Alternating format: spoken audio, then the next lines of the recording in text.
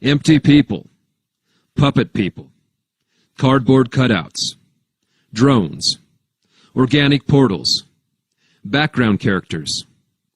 Why do these terms even exist? Because out of necessity they had to be invented by those who independently noticed the same puzzling phenomenon, one for which there is no official name. Some people seem to be missing something very important inside. While they are not necessarily any less intelligent, successful, or physically healthy as anyone else, they nevertheless show no indication of having any higher components to their consciousness.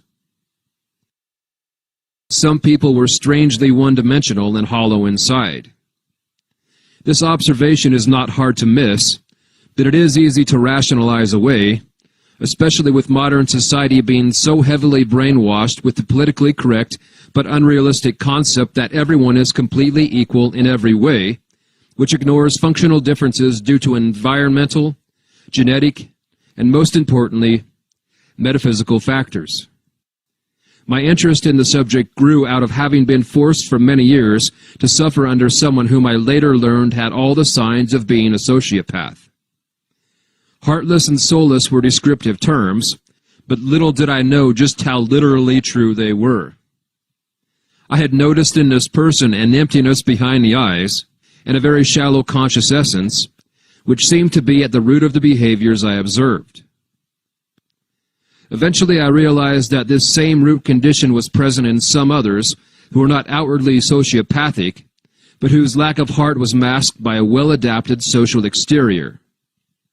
In other words, what psychiatry would diagnose as APD was only the more extreme, criminal, sloppy manifestation of a condition that otherwise expressed itself more widely in a socially acceptable and less incriminating manner.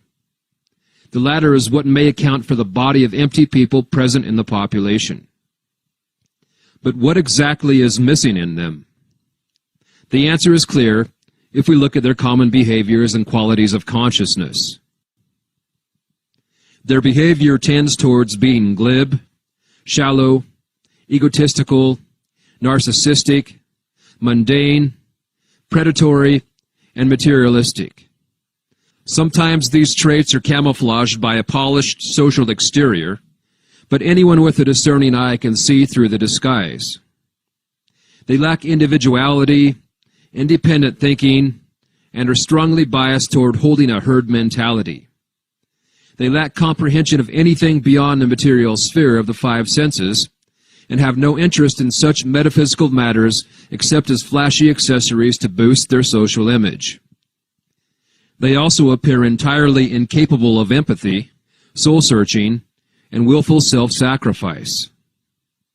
Nevertheless, in the presence of others, they can put on a flashy show of concern, distress, or altruism for purposes of social manipulation. For example, crocodile tears to elicit sympathy, or doing something nice for another solely to guilt-trip them later and extort a favor. There is a certain simplicity, flatness, and inertness to their essence, even if their intellects are highly developed. Unlike other people, their conscious energy is more diffuse, dull, impermanent, and amorphous rather than solid, sparkling, crystallized, and concentrated. Put another way, their minds are like sandcastles instead of real castles. There is something animalistic and rudimentary piloting their bodies.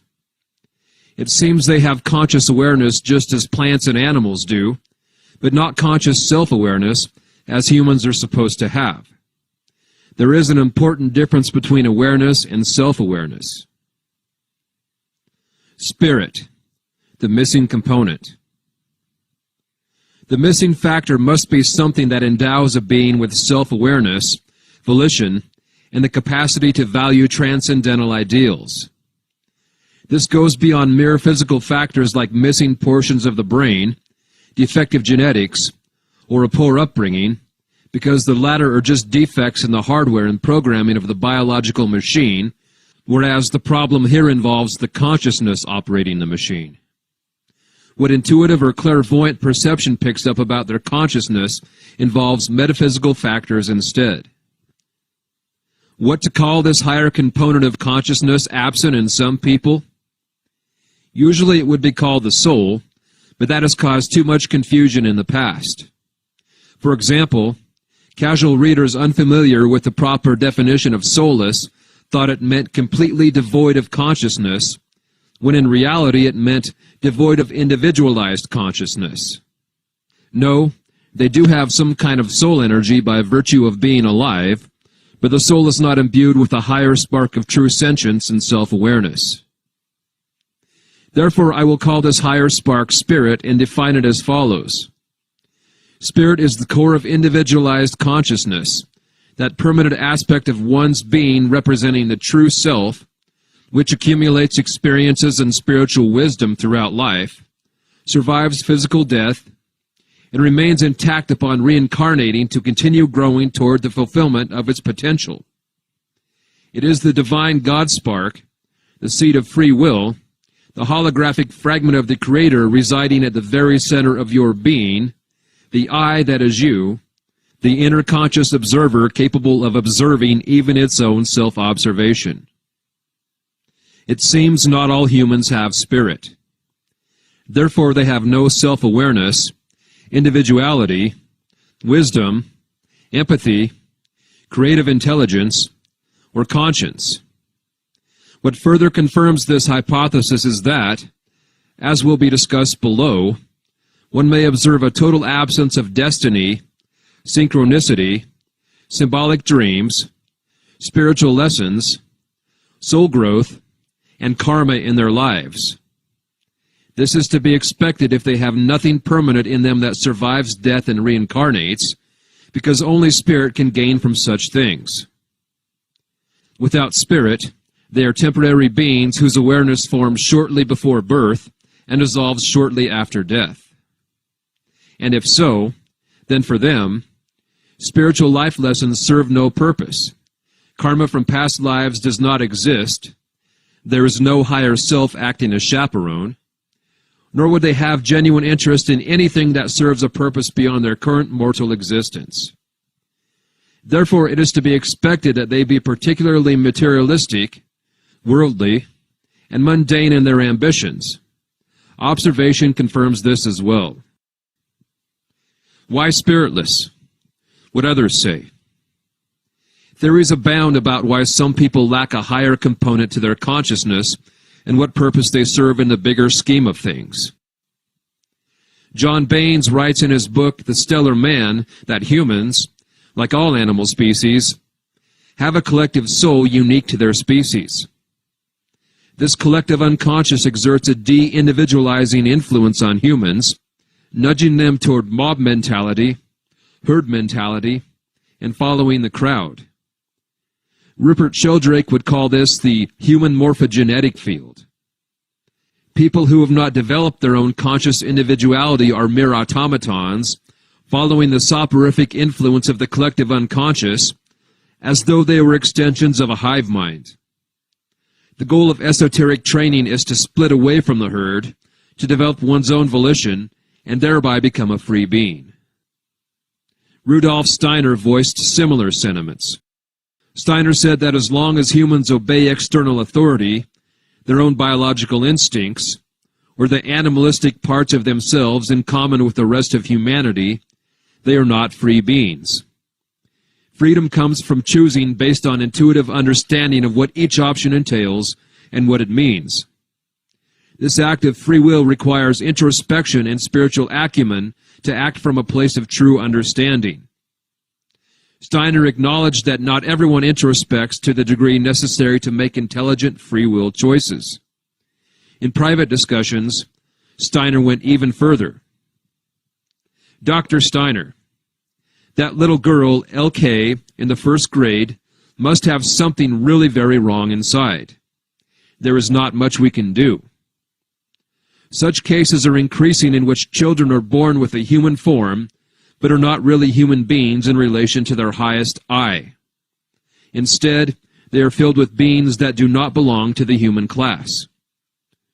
Quite a number of people have been born since the 90s without an I, that is, they are not reincarnated, but are human forms filled with a sort of natural demon. There are quite a large number of older people going around who are not actually human beings, but are only natural. They are human beings only in regard to their form. We cannot, however, create a school for demons. Cosmic error is certainly not impossible. The relationships of individuals coming into earthly existence have long been determined. There are also generations in which individuals have no desire to come into earthly existence and be connected with physicality, or immediately leave at the very beginning. In such cases, other beings that are not quite suited step in. This is something that is now quite common, that human beings go around without an eye. They're also quite different from human beings in regard to everything spiritual. They can, for example, never remember such things as sentences. They have a memory only for words, not for sentences. I do not like to talk about such things, since we have often been attacked even without them. Imagine what people would say if they heard that we say that there are people who are not human beings. Nevertheless, these are facts.